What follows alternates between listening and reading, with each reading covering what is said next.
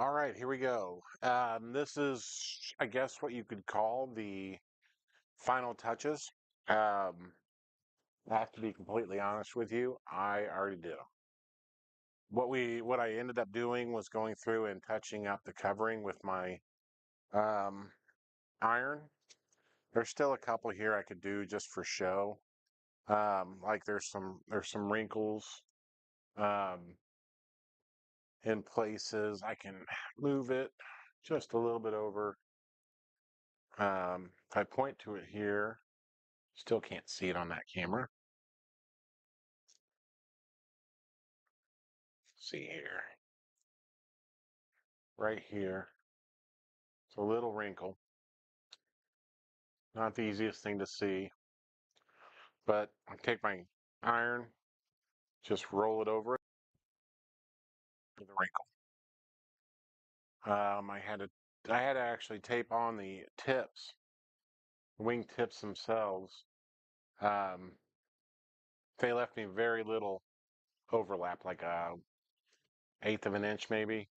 And this covering is not the most friendly covering. So it actually it's a high heat covering.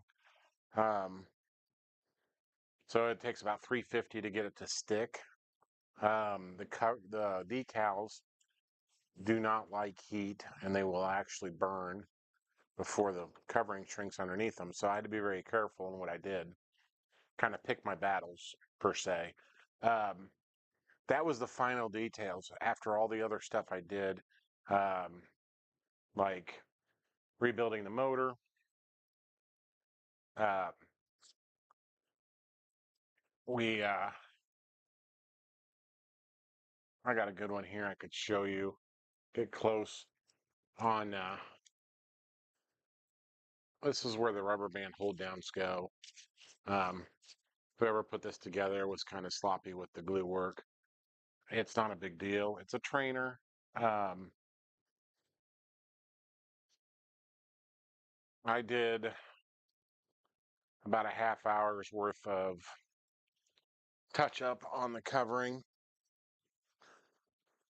It was not the most user friendly covering repair job. You can see here this whole line here. I don't know if you can hear it on camera or not, but this whole edge is up. What I'll end up doing is cleaning this with a little bit of alcohol and actually putting some clear tape over some of these areas because I really don't want the fuel to get underneath there. Once it gets underneath there, it's like um, it'll unglue this covering. It'll get gross. So we want to keep it as nice as we can. This airplane should last a very long time. One of the other things I found out because I went out and flew it today too. Um, I knew it was kind of sketchy. I could put this on a couple cameras here. This rudder, um, the control rod in here is what they call nyrod. It's nylon tubing. Um, goes in and it goes through a couple bulkheads. Um, it's not supported well enough, which means it flexes. And we had to put a lot of trim in the rudder to get the airplane to fly straight, probably because the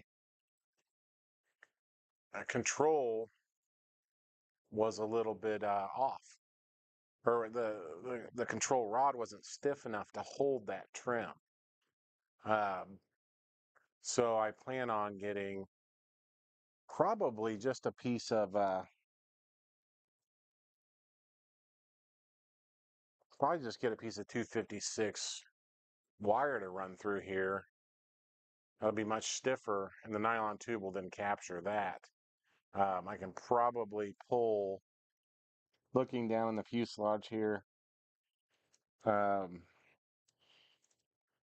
I can probably pull that nylon tight and put a little glue on each end to keep it snug. There's some silicone in here Now, not a big deal. Originally, whenever I first put this airplane together, I noticed they did the same thing on elevator. And elevator's crucial to be a nice, tight um, control rod. And I ended up drilling a hole through the bulkhead here and putting a straight shot 1/4 inch dowel rod in there. Um, and you can tell just by moving this control rod, there's very little play, but you can hear the servo move. If I put it close to my microphone, maybe you can hear um, the servo move as I move the elevator, which is, as long as you don't do it rapidly, is really good for uh, having a nice control surface. So, like I said, I took the final touches for this airplane to get it up and flying today. We did take a video of the tuning of the motor. Um, got it to run pretty reliably. So you take your iron. This is set at 350 for this covering.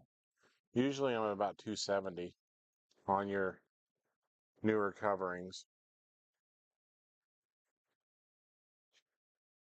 This should melt pretty instantly. Melt and shrink. It's still lifting. Um, so I decide I'm gonna choose my battles. I'm not gonna work it too hard. I'm trying to get it perfect because it is older. It's probably every bit of 10 years old. Well, it's at least 10 years old, if not 15 years old. Um, other than that, we had I think I flew it twice. It's got a 10-ounce tank. The first time I ran it for about 7 minutes and checked my fuel level. Took me 22 cranks to get the fuel out of it, and only 31 cranks to fill it. So I'd only used a third of a tank of fuel, maybe. So the next time I put it up for 12 minutes and I took the wing off to clean it up and get it in the truck, and I was just under half a tank. So 10-ounce tank on a Thunder Tiger Pro 46, doing some basic flying. I was doing, we checked out the buddy box system. Um, some more trim work needs to be done with that, some manual linkage movement to straighten some things out will help that immensely. But the buddy box system worked flawlessly. Um, the uh, the flight was about 12 minutes, and I think on a tank full of fuel, we can fly for about 20 minutes because as a trainer flight, we're only flying half throttle, um, maybe a little above a third throttle. Um, that's great. It's a great way to get stick time. 2 or 3 flights, and you've got an hour of stick time. 3 flights to be 3 20-minute flights, but you at 60 minutes. You can get an hour of stick time um, in 3 flights. You can learn a lot. And I've had some people solo in as little as 10 minutes of actual stick time, hands on, um, going for it. So this is a great setup. 10-ounce tank, Thunder Tiger Pro 46. Um, I did not test out safe and my AS3X too much. I need to go back and look at those things and see how they're set up. I didn't notice much on AS3X. For stabilization, it was a pretty calm day. I think it might have been 6 mile an hour wind. Um, some real smooth landings. We took a video of initial, the very first time um, this motor has been run since startup or since rebuild. So I got the first startup. It started right up. It took a little bit of low end work, and it could have been because there's a little bit of junk in the spray bar area. Um, I had to lean out the low end screw about a quarter turn. I actually did it too far, so I had to go back and forth a little bit. Um, High end was pretty close. I leaned it out a little bit, and it was I changed the glow plug. After all the cleaning work, I think I damaged the coil a little bit. So, um, final thoughts on this, and I'll upload and probably do a voiceover of some of the run and edit that video down. We took a really long video of just all the adjustments and stuff like that. I didn't talk during it, so I'll do a voiceover of that or a commentary and laugh at myself for the amount of times I started it and killed it. It flew great. Um, a few adjustments here and there, and it'll be ready for you to try to fly. If you are in the area of Smithfield Dam Busters, I'll have this plane available just about any time the weather's nice to go out and teach you how to fly. So let me know, and I will. I've got the bearings ordered for my next project. Um, this has been a fun process. I'm going to do pretty much the exact same thing on a little bit different airplane, step by step, restoring an airplane that's been sitting for 10, 15. I don't know. That thing's been sitting. I'm looking at it right now off camera. It's been sitting for at least, I'm going to say 10 years. I'm going to say 15 years. It has a 72 megahertz system with a buddy box. Um, so I'm going to have to order some batteries also for the transmitter. We'll change the receiver pack over to a Lifey pack, 6.6 volts. Get a little more power out of those old servos. See if they can handle it too. So um, the only reason you guys didn't get to see me yell at this airplane doing the covering repairs is because my computers and cameras decided not to want to work for about 4 days. So sorry about that. I think I've got it fixed now. I hope I've got it fixed now. Uh, it was uh, it was really a an interesting issue. It was the cameras, something updated and made the cameras shut all my sound equipment down. So I didn't have speakers and I didn't have microphone abilities for 3 or 4 days. So we're back up and running now. I'll see you on the next video, and I hope you learned something. If you have any questions whatsoever, please reach out to me.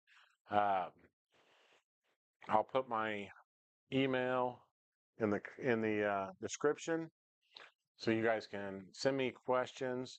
You can get my number.